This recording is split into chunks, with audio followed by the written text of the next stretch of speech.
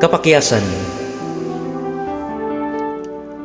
Kung mapakyas ka sa imong tinguha, unsay imong bation?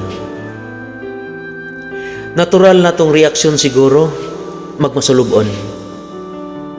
Ang uban masakitan o mangluo dayon. Ang pipila mo undang. Ang uban maghupot o kasuko, unya basulon ang kaugalingon.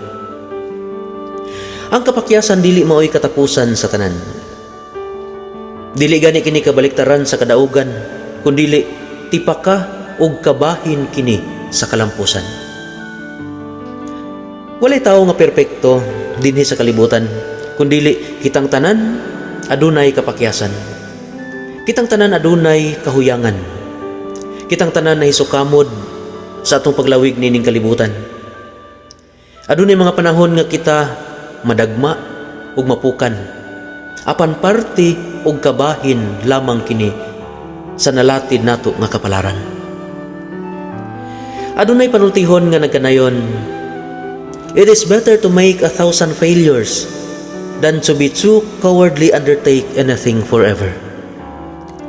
Mas maayo pa nga makasinati og libuan ka mga kapakyasan kaysa wala mapakyas apan wala ko'y nahuptan. We cannot equate failure as nothing. It is not a loss, but a gain. You learn from it, you change because of it, and you grow out of it.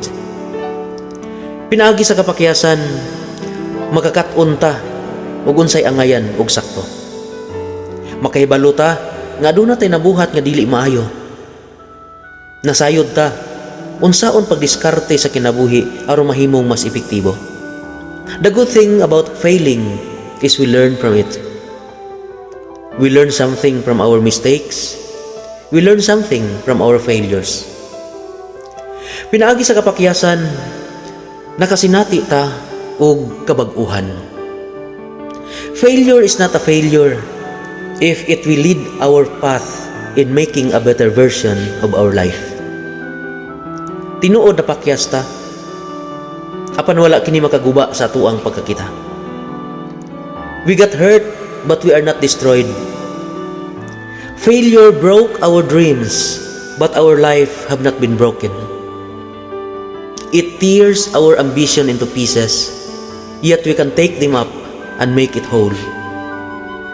Kay bisan og adunay kapakyasan, aduna usay lugar alang sa kabaguhan. Let us remember, God never looks at us on how many times we fall down. He sees us on how we rise up from falling.